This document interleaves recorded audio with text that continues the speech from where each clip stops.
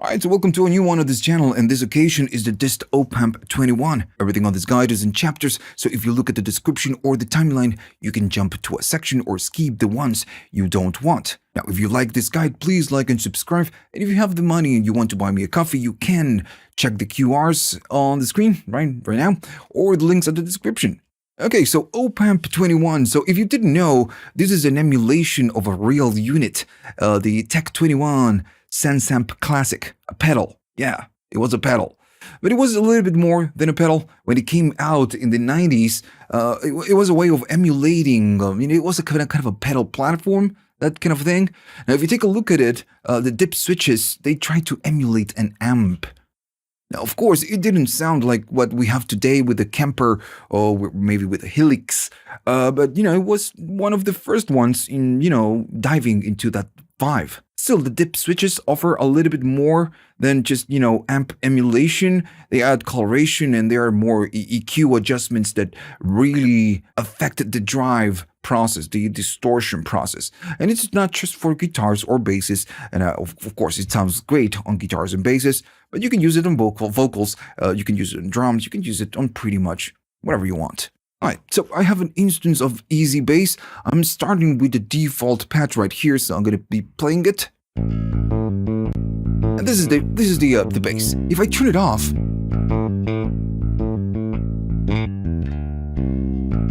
notice that there is a tiny little change, but not that much. And this is because mainly of the character options that we have right here. These ones are filters and kind of a boosts that we get. If I turn them off, we get distortion.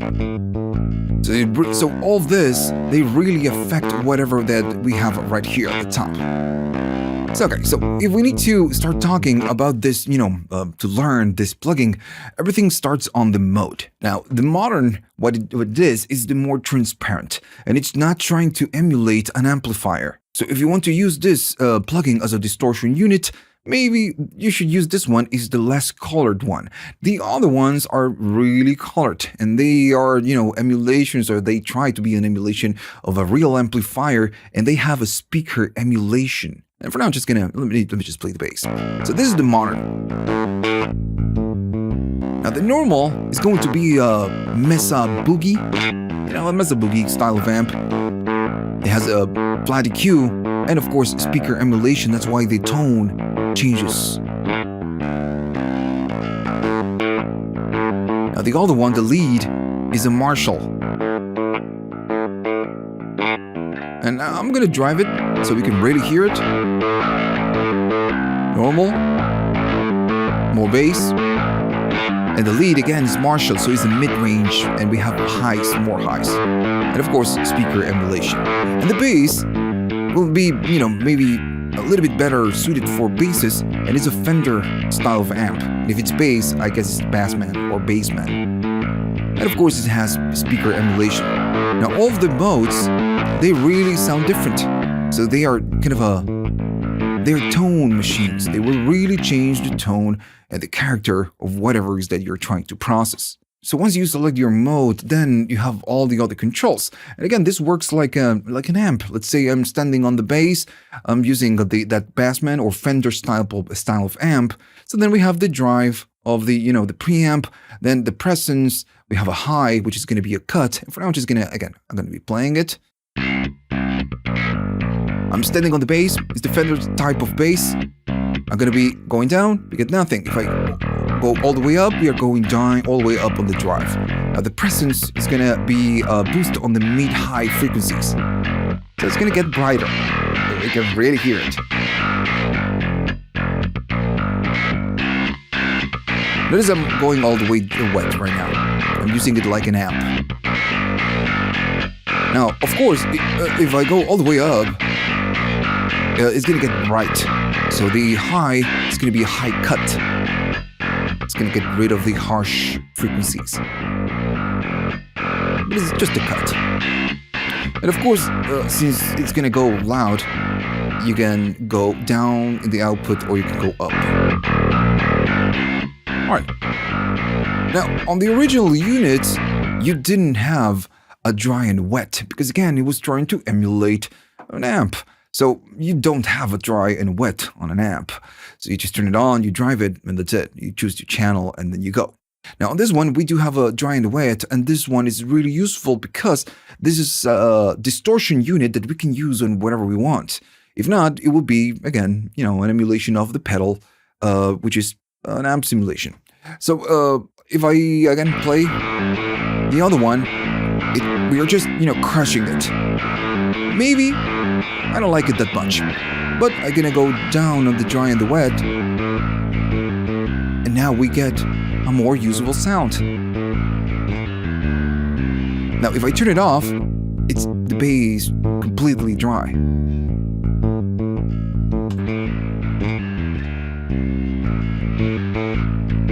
And I'm, really pushing it, so.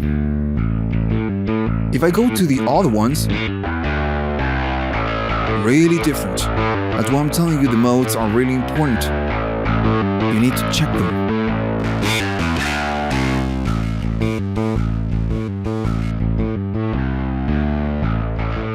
Alright. That's it, that's pretty much the whole plugin. You choose your different modes, you drive it, you distort it, and then you decide how much you want, if you want all the way wet, or maybe you want to find the sweet spot and use it like that. Now, the other side of the plugin is going to be the character, and these ones are really important. Now, these ones, they represent the dip switches on the original unit. In this case, Arturia made it buttons because I guess it's just easier. And I agree. It's just a lot easier with buttons.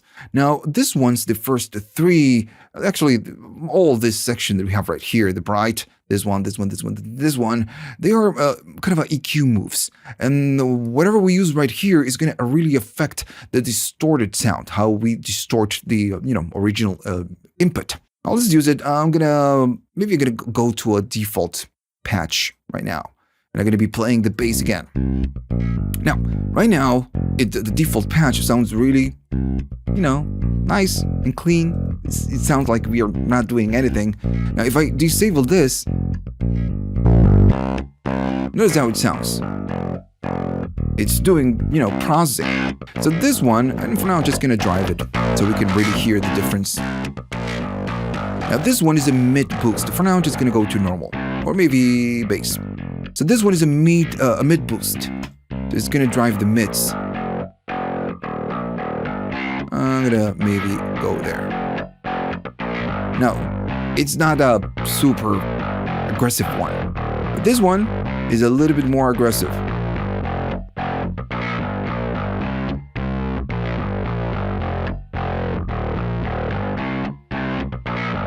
Now, then the other one, this one, and for now I'm just going to turn off this and I'm going to go to bass. And I'm going to drive it all the way up. Now this one, it's going to be a low pass. Now the thing is that when it's off, it means that by default the plugin is cutting the low frequencies. Let me stop. It's cutting the low frequencies, then it's distorting, processing, and then the sound goes out. But by default, it's cutting the lows of the incoming signal. So you're not distorting the lows. So if this is off, it means that you're chopping the lows. But when I turn it on, it means that it's letting the lows pass. I'm using a bass right now, so we have a lot of lows. Off, we are chopping them. So we are not really distorting the lows. We are getting more of the mid-range and, the higher frequencies. On, we are letting the lows pass, and we are distorting the lows. That's why it sounds like this. Sometimes it's something that you want, and sometimes it's just, something that you don't want. Alright, so the next one is going to be the clean drive. Now, I'm all the way up on the drive. And listen, when I turn it on, it just, goes down. It's kind of turn it off. It's not really turning it off. This is how it sounds dry. So this one kind of dials back the drive. So really aggressive. And then we are just cleaning the amp a little bit more. It's like changing from an overdriven channel to a clean channel. Clean-ish channel, let's say. But it's really dialing back the drive. That's what it's doing. Now the other one is the bright switch. Now I'm gonna go down. I'm gonna turn this off for now. If I turn this on, notice that we get it. right? It's just, a boost on the higher frequencies. Mid-high, I guess. So what it does, it adds brightness. Right? Now the thing is that since this is a boost, if I go all the way up on the drive and I turn this on,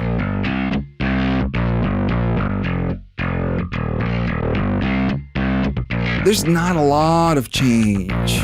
Not a lot. But if I do it on here, we can really hear the change. It's because if you're all the way up on the drive, there's not a lot of headroom right here. Even if you're going all the way up in presence, what is that? Nothing happens. It's again because you have less headroom, so since this one is a boost, you don't have enough space. But, if you're a little bit less on the drive, and you want a little bit more brightness, because it's just too dark, you use this one and then roll off the highs with the high. Right?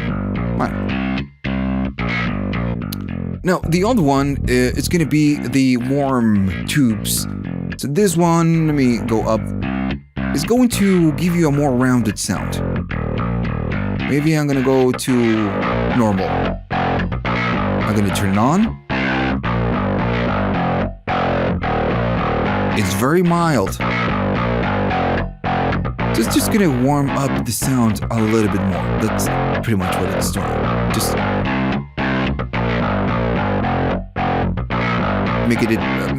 making it a little bit more round. That's all. But it's a pretty mild effect. Now this one is going to be the speaker edge, and this one adds presence. Let me start on a default patch, so we can all start from the same spot. I'm going to turn all of this off for now. I'm just going to drive it. And I'm going to be playing the other bass. Now I'm going to go to normal and play the bass. If I press this one, what happens? I'm maybe going to go to the bass. Because again, more bass suited, let's say. If I click it, what can you hear? So it's adding presence.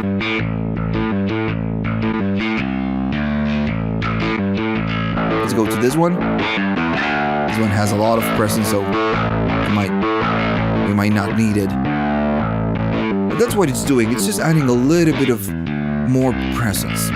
Now I'm going to stand on the bass, and this one, if I turn it on and then turn it back off, this is like dialing back a little bit. So this is the close miking, and it's gonna boost the bass. Maybe if I go higher, what is it? The bass are just a little bit more round, but what it's doing, it's cutting a little bit of the highs. And that's how how it sounds, at least. Now, as you can see, the combination, let me just stop the bass, a combination of all the different characters, the different modes, the emulations that you have right here, and the controls, they give you a wide palette of sounds and tones, right? It's a very cool plugin. Okay, so back to default, and we have the advanced section. We always get it with Arturia, and we have a pre-drive and a post-drive, and this is pretty much self-explanatory. We do this before, saturating or distorting, before the drive, and then we have a post-drive. So first we're going to take a look at this one because it's just, very interesting. I'm going to be playing the bass. I'm going to go to bass because I like it. And I'm going to keep this for now. I'm just going to drive it. Now, sometimes when you overdrive the bass, it's just not that good. I mean, depends. So the pre-drive is a filter. You can filter the lower frequencies. And since right now we are all the way wet, we are just getting, we are processing the higher frequencies of whatever we are just trying to saturate. I can cut the lows, and then maybe dial back and just process the high frequencies, the higher frequencies. So it's a low cut. That is really a little bit too much, a little bit better. Then we have the other way, which is going to be not processing the higher frequencies. Your chopping is just, a high cut and a low cut. Alright, so you can process stereo, pretty simple, and then you can process the mid, or you can process the side information of whatever track that you're, trying to process. Now, the curve, it's very interesting. What it does, it's going to de-emphasize and then emphasize the low end. So let me, again, just play the bass and give you that example. So right now, we are just letting the, not cutting the bass, we are letting the bass pass. And it's maybe a little bit too aggressive. And sometimes distorting the low end is not that good, right? So the curve, what it does, is going to kind of attenuate the low end. It's going to distort it. And then after distorting, is going to bring it back. So you get a cleaner low end saturation. And it, really works. Now, right now, going hard on the drive. Alright, so, but it works. I get a nice bass.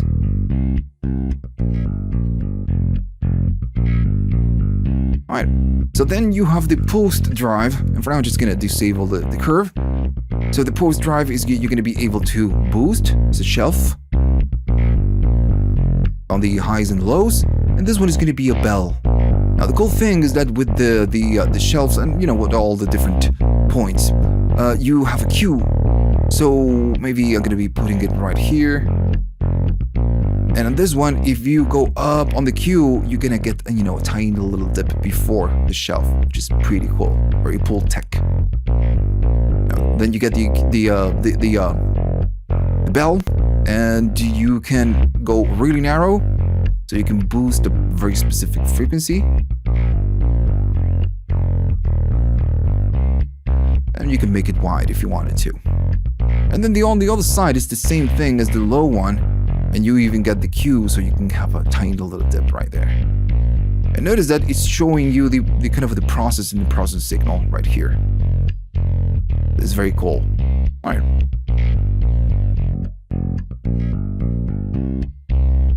Now, of course, I'm exaggerating everything.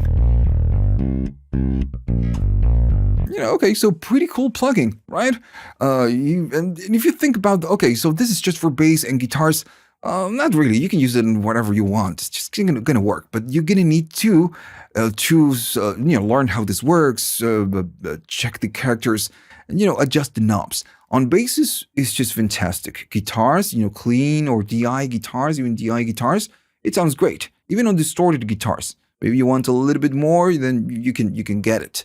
Now, of course, it can work on different sources. So I have a drum track. I'm gonna turn it off. And this is that it's doing something. Now, of course, a drum is a little bit more aggressive, has more transient, so it's a little bit darker, so we get that saturation. And again, we are on default, so it's doing something. Okay, so remember, we can disable all and just go wild. And if I go up in the drive, I know that this is crazy. Maybe we can dial it back.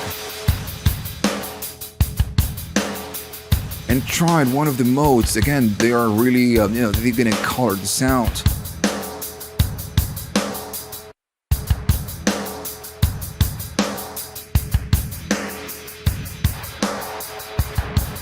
It's a little bit too much, so I'm gonna dial it back. I'm gonna let the low pass. Maybe not. I'm gonna add more mids. And maybe a little bit of warmth. Now again, it's a little bit too much for drums, right? But I'm gonna go down on the dry and wet, and I'm gonna turn it off.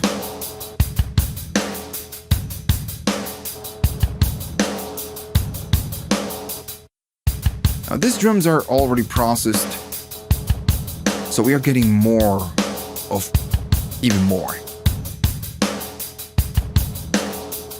But you can use it on drums or vocals. Let's bring some guitars.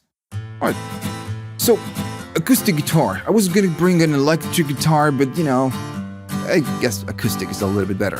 Let's drive it and see what happens. maybe a little bit too much, so dial at the back.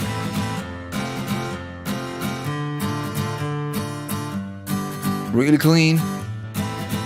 Not so clean. Now, even though you have it says bass, you could assume that it's for bass, but no, it's not. It's the bass man. So if I go there, I think it sounds really cool. Sounds a little bit better than modern, to my ears at least.